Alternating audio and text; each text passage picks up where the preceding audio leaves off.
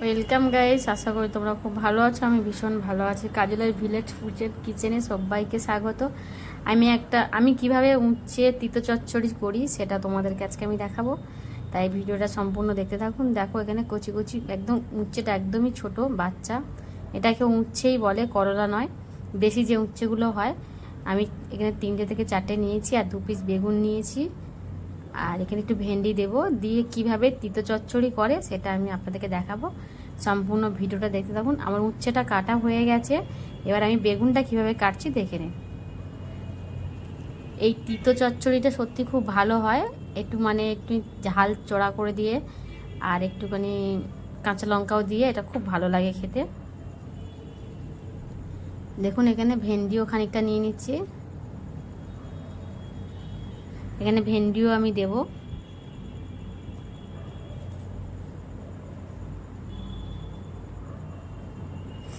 দেখুন ভেন্ডিগুলো কিভাবে কেটে নিচ্ছি, এইভাবে ঠিক ভেন্ডিগুলো কেটে নেবেন।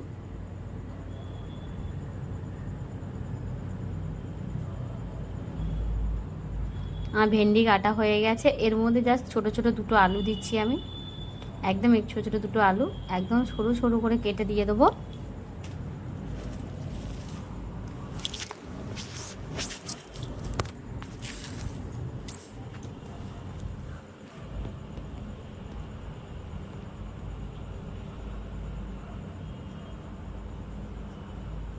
আমার কাটাকাটি হয়ে গেছে, এবার আমি মাছগুলোকে কেটে বেছে নেব।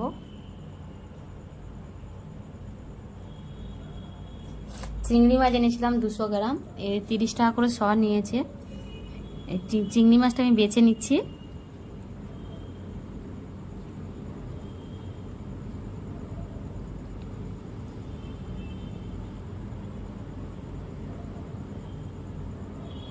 চিংড়ি মাছের এই নোংরাগুলোও বার করে দিচ্ছি। দেখুন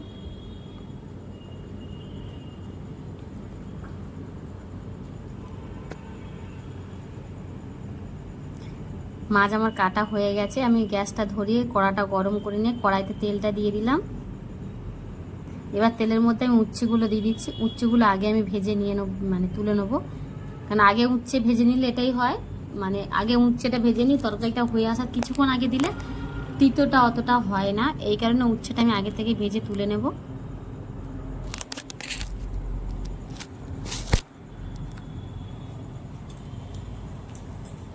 উচ্ছে ভাজাটা আমার হয়ে গেছে, এটাকে আমি তুলে ফেলছি, একটা পাত্রতে তুলে নিচ্ছি।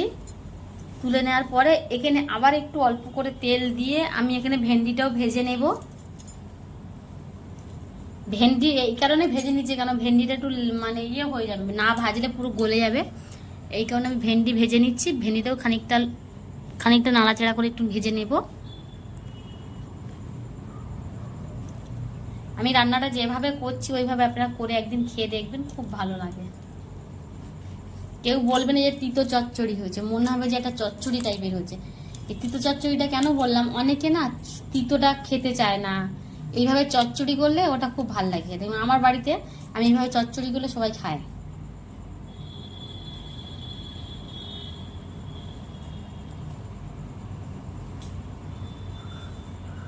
এখানে আমি আবার তেল দিয়ে দিচ্ছি, দিয়ে এবার 5 ফোড়ন দেব।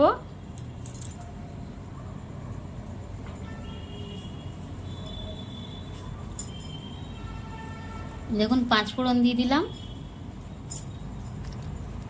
এখানে আমি রসুন কোচা দিয়ে দেবো, কুচিয়ে রেখেছি একটু রসুন, 2-3 ক রসুন দিয়ে দিলাম, একটু আদা কুচি দিয়ে দিলাম, দিয়ে কাঁচা লঙ্কা দিয়ে আর একটুখানি অল্প সামান্য একটু পেঁয়াজ ছিল, ওটা কুচানো ছিল তাই আমি দিয়ে দিলাম। পেঁয়াজ দিতে পারেন, না দিতেও পারেন,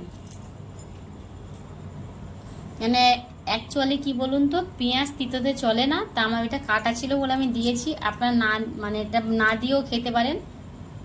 একটু ভাজা হয়ে যাওয়ার পর আমি চিংড়ি মাছটা দিয়ে দিলাম। এটা মানে খুব বেশি ভাজবো না, একেবারে চচ্চড়ি তো খুব বেশি ভেজে দিলে সেটা ঝোলের সবজির মতন হয়ে যায়, মশলার মতন হয়ে যায়। এই কারণে আমি বেশি ভাজবো না, হালকা ভাজবো। চিংড়ি মাছও হালকা ভাজবো।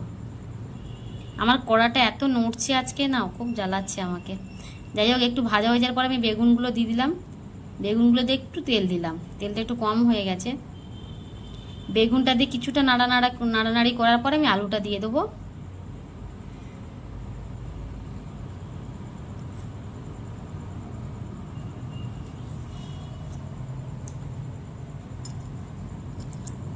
কেটে রাখা আলুগুলোও দেখুন দিয়ে দিচ্ছি আমি, দিয়ে ভালো করে নাড়াচাড়া করবো। যে নুন, হলুদ,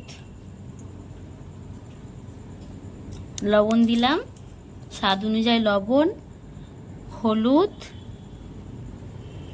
আর একটু সামান্য, দেখুন একটু নাড়াচাড়া হয়ে গেল।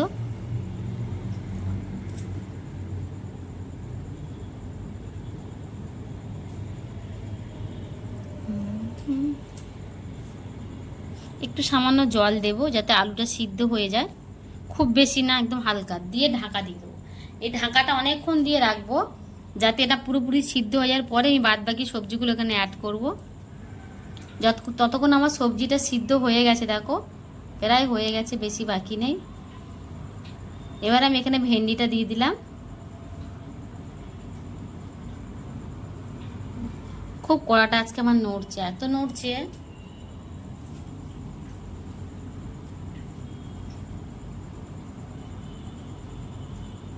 এবার উচ্ছেটাও দিয়ে দিলাম, দিয়ে কিছুক্ষণ ঢাকা দিয়ে রাখবো আলুটা যাতে সিদ্ধ হয়। এর মধ্যে জল একদমই ইউজ করব না, আর আপনারাও জল দেবেন না, তাহলে চচ্চড়ি হবে না। যাই হোক, এটা আমার প্রায় হয়ে গেছে, দেখুন বেশি বাকি নেই। এত কড়া নড়ছে না, ভিডিও করতে খুব কষ্ট হচ্ছে। এখনকার মতন টাটা, বাই, গুড নাইট সবাইকে, সুস্থ।